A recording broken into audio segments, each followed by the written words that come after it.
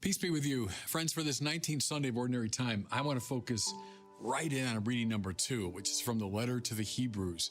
And it's one of my favorite passages in the New Testament because it's a great biblical description of faith. And I stand with Paul Tillich, the Protestant theologian, who said, faith is the most misunderstood word in the religious vocabulary. I think especially true today. When you talk to people who are especially critical of religion, what do you hear? Well, there's reason and there's evidence-based thinking and there's science on the one hand, and then you've got this faith thing over here, which I guess is accepting things on the basis of no evidence. It's believing any old nonsense. It's naïveté. It's superstition. So, look, I'm for science. I'm not for faith. I always want to tear my hair out when I hear verses of that, because that has nothing to do with what the Bible means by faith. Superstition, credulity, naivete, those are all things that are beneath reason. They're shy of reason. They don't reach the level of reason. And the church is against those things. Now, why? Why? Because we believe that Jesus is the Logos. He's the logic. He's the mind of God made flesh. Therefore, what's illogical is opposed to Christ. So please, especially parents, maybe teachers, grandparents listening to me, whenever you hear someone talking about faith that way, just know automatically, have my face and voice appear to you saying, that's not what we mean by faith. So, what is faith on a biblical reading? Can I begin in a perhaps surprising place? As I record these words, just a few weeks ago, we had the 4th of July.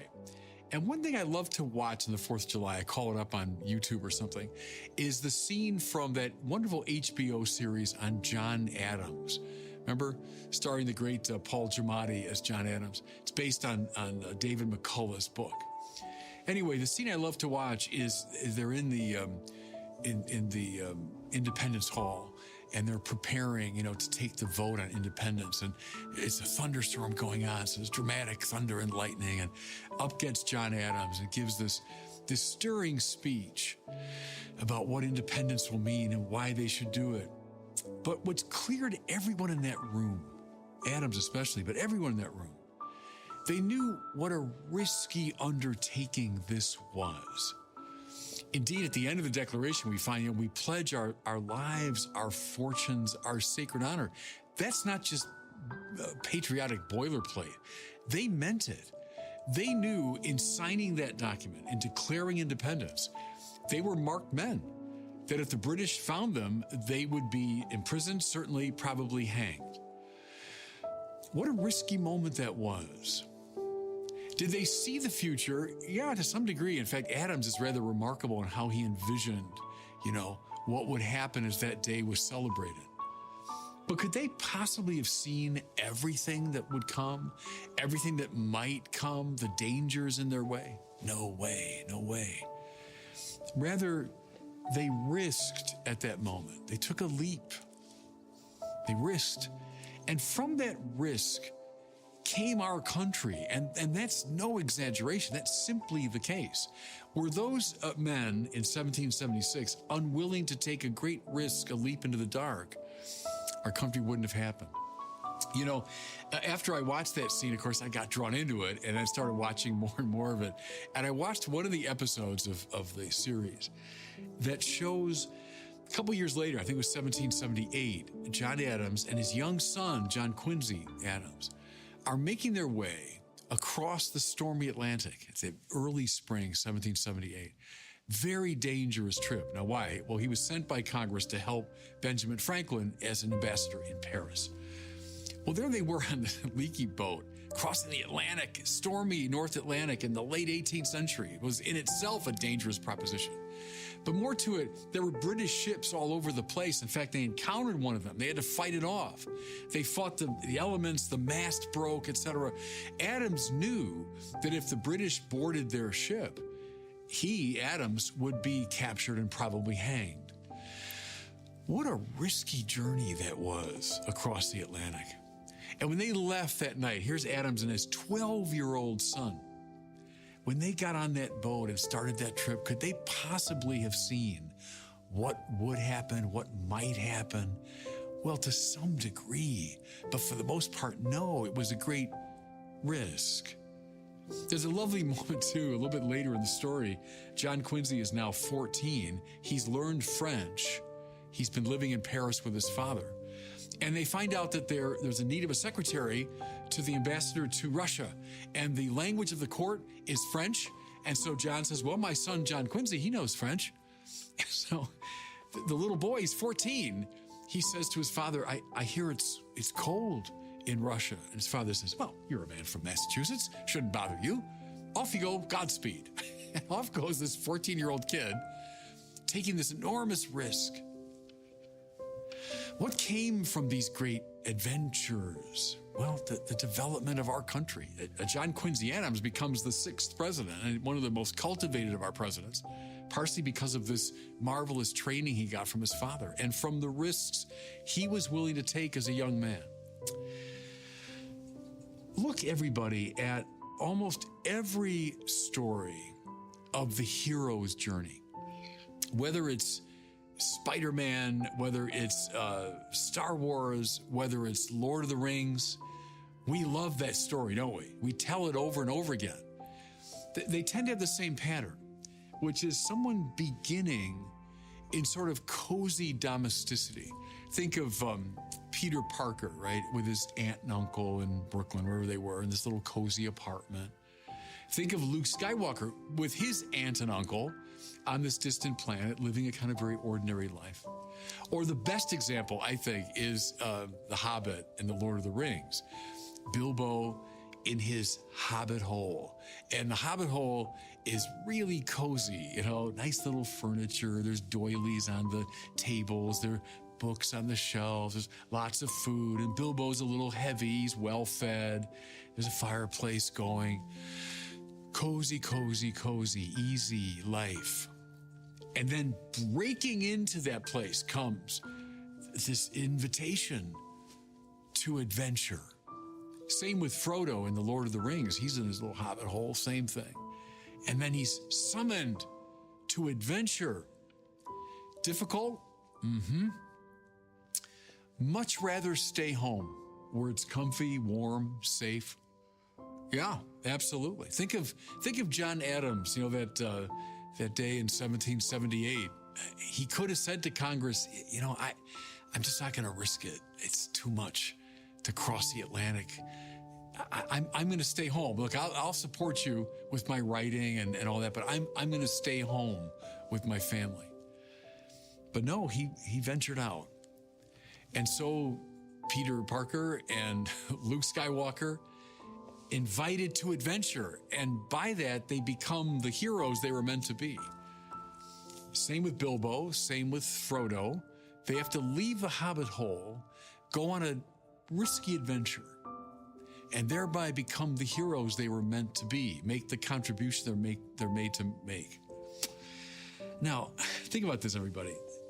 The hero begins in this familiar space that he knows. He's comfortable. He knows that space.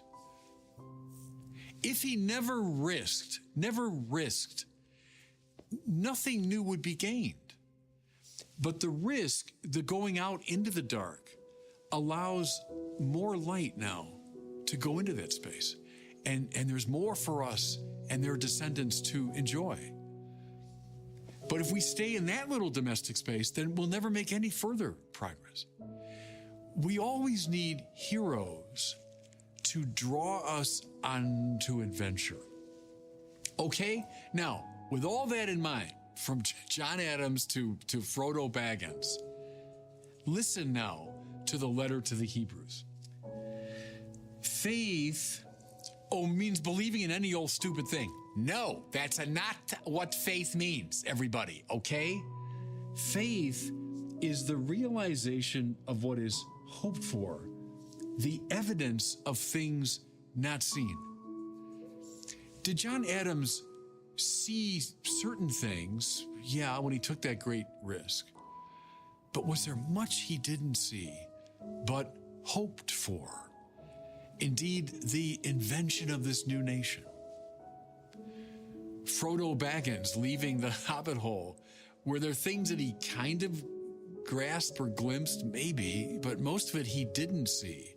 But there was something he was called to hope for. Now, listen further. Who in the Bible is the great figure of faith? Abraham. And so the author says, by faith, Abraham obeyed when he was called to go out to a place that he was to receive as an inheritance. He went out not knowing where he was to go. By faith, he sojourned into the promised land as in a foreign country. That's what faith means, everybody. Again, Abraham, by the way, who was 75 when the story begins. He was 75 years old. Most 75-year-olds aren't really up for a big adventure, right? They're really happy with a hobbit hole. They're really happy with cozy, safe domesticity. Abraham, though, obeyed when he was called to go out to a place he was to receive as an inheritance. So the Lord made a promise. Abraham, go to this promised land, follow, and I will make of you a great nation. Well, heck, did he understand that perfectly? Did he see exactly how that was going to happen? Did he know where this land was? Hardly. Think John Adams, think Frodo Baggins, think any hero. But he went in this trusting spirit. And because he went, and this is no exaggeration, because he went, I'm standing here today speaking to you about the God of Israel. See, it was the faith of Abraham that gave him the courage to go out, to discover the promised land, to give rise to the chosen people. And from that land, that people, came Jesus. And from Jesus comes the faith that has gone out all over the world. He could barely have understood what the Lord was promising, but he believed it. He trusted in it. He was willing to go on an adventure. Now, young people especially, listen to me. And now, grandparents, send this to your grandchildren. That's what faith means. Don't think of religious people as, these nice old fuddy-duddies. It's the opposite. It's the opposite. Religious people, people with faith, are those who are up for an adventure.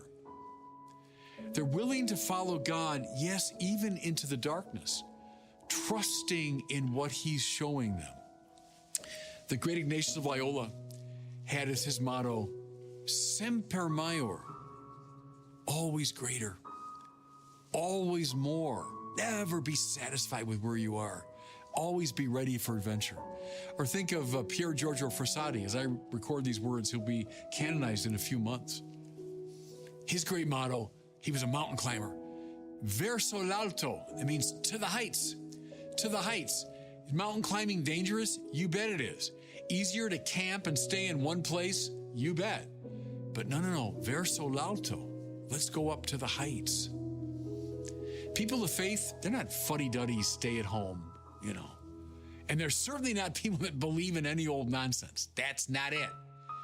They're people who listen to the word of God and are willing to follow that word, yes, even into the darkness, on a great adventure. Abraham's our father in faith. Let's follow him. And God bless you.